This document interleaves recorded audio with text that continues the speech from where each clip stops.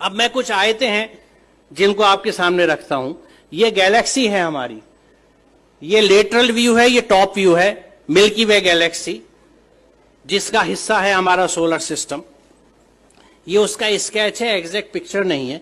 इस गैलेक्सी के अगर आप डायमेंशंस देखें तो एक बाजू से दूसरे बाजू 1,00,000 नूरी साल यानी 1,00,000 लाइट ईयर्स का डिफरेंस है, डिस्टेंस है इस हिस्से से उस बाजू तक। लाइट ईयर क्या है? रोशनी 1 सेकंड में तकरीबन 1,86,000 मील या 3,00,000 किलोमीटर चलती है 1 सेकंड में। इसको 60 से मल्टीप्लाई कीजिए, 1 मिनट में रोशनी कितना चली, फिर 60 से मल्टीप्लाई कीजिए 1 घंटे में कितना चली। यहां तक आते ज्यादातर आपके कैलकुलेटर्स कंप्यूटर्स फेल होने लगेंगे क्योंकि फिगर्स बहुत ऊंची चली गई। अब आप इसको 1 घंटे में आपने टाइम निकाल लिया कि 1 घंटे में रोशनी ने कितना सफर तय किया, इसको 24 से जरब दीजिए तो 1 दिन में रोशनी कितनी चली, फिर 30 से जरब दीजिए 1 महीने में कितनी चली, फिर 12 से जरब दीजिए तो 1 साल में कितनी चली। It will be N astronomical figure. 1 साल में रोशनी जितना फासला तय करती है, जितना डिस्टेंस कवर करती है, उसको 1 लाइट ईयर या 1 नूरी साल कहा जाता है। तो ये कितना फासला होगा आप अंदाजा लगाइए। और सिर्फ इस गैलेक्सी के इस कहकशां के, ये मिल्की वे जो दूधिया कहकशां है, इसके एक बाजू से दूसरे बाजू आने के लिए आपको 1,00,000 लाइट ईयर्स चाहिए। यानी रोशनी की रफ्तार से अगर आप चलें तो 1,00,000 साल में इस बाजू से उस बाजू तक पहुंचेंगे। यहां अजमत का एहसास होता है अल्लाह ताला की। और ये मिल्की वे जो एक गैलेक्सी है, ये ऐसी एक गैलेक्सी नहीं है, बल्कि there are millions and millions of these galaxies पूरी कायनात में। और इन गैलेक्सीज में है क्या साहब? सितारे जिनकी डिफरेंट लाइफ साइकिल्स हैं, अगर आप स्टार्स की पढ़ें, या प्लैनेट्स जो उनके चारों तरफ घूम रहे हैं।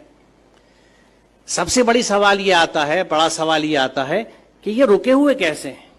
रात में जो आसमान हमें इतना अच्छा दिखता है, उसमें तारे नजर आ रहे हैं, चांद नजर आ रहा है, ये रुके हुए कैसे? What is holding them? वो क्या चीज है? वो कौन से कुव्वतें हैं? आज हम जानते हैं कि ये इलेक्ट्रोमैग्नेटिक फोर्सेस हैं जिनके बैलेंसिंग से इनको हमने रोक रखा है। It is just phenomenal. आप ये समझिए कि मैग्नेटिक फोर्स को कंट्रोल करने के लिए इस वक्त हमारे पास जो सबसे अच्छी एग्जाम्पल है, उदाहरण है, वो मैगलेव ट्रेन का है कि मैग्नेटिक लेविटेशन से रेल की पटरी से 6 इंच ऊपर ट्रेन रन करती है, जिसको मैगलेव ट्रेन कहते हैं। उस मैग्नेटिक लेविटेशन से एक ट्रेन को सिर्फ हमने 6 इंच ऊपर उठाया है।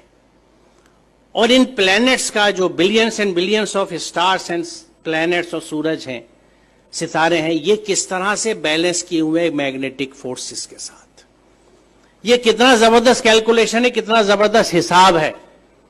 और इसको जब आप समझते हैं और सूरह रहमान की उस आयत को देखते हैं कि बस समा रफा व वज़ल मीज़ान, तो बात समझ में आती है कि उसने आसमान को बुलंद किया और एक तवाजुन कायम कर दिया। तवाजुन की अहमियत की वजाहत है क्योंकि आप इमेजिन कीजिए, मुझे नहीं पता, मैंने बचपन में खेल खेला है, उसका जिक्र मैं हमेशा इस तकरीर में अपनी करता हूं कि मैग्नेट से जब हम लोग छोटे थे तो हमारे पास वो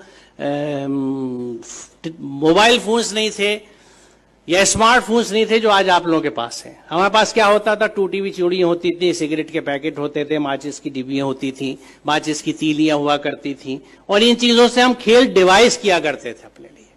तो मैग्नेट से हम जो एक खेल डिवाइस करते थे, और वो घर से जल्दी से किसी तरह जब अम्मी की नजर बचती थी सुई उठा लाते थे या आल पे ले लेते थे अब्बा के ड्रॉज में से कि कागज के ऊपर पिन रखी और नीचे मैग्नेट रख के उसको घुमाना शुरू किया तो ऊपर से वो सुई घूमती थी। अब इस सुई को अगर आप बीच में रख के दोनों साइड मैग्नेट रख लें तो जिधर मैग्नेट का फोर्स ज्यादा होगा सुई उधर भागेगी। एक स्टेज ऐसी आएगी कि सुई बीच में कांपती सी रहेगी, ना इधर जा सकती है ना उधर, क्योंकि यहां पे दोनों फोर्सेज एक दूसरे को न्यूट्रलाइज कर रहे हैं। इधर की मैग्नेटिक की ताकत, इधर की मैग्नेटिक की ताकत एक दूसरे को न्यूट्रलाइज कर रही है, नलिफाई कर रही है। वो सुई बीच में ट्रैप्ड है। अब आप इसे इमेजिन कीजिए कि अगर आप ऐसे ही 2 मैग्नेट ऊपर नीचे रख लें और उस कागज को निकाल दें तो 4 मैग्नेट के बीच में हैंग कर जाएगी नीडल। बड़ी मेहनत करनी पड़ेगी इसको बीच में हैंग करने के लिए, एक सुई को।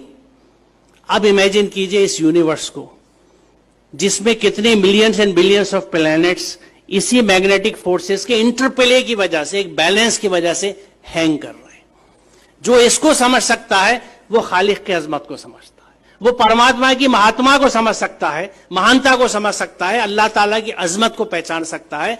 और उस वक्त वो कन्विंस होता है कि जब इस पूरी कायनात में अल्लाह के कानून चलते हैं तो मैं उसके कानून को किस तरह से एक जुजदान में लपेट के बिना समझे ऊपर रख सकता हूं और उसको फॉलो नहीं करता।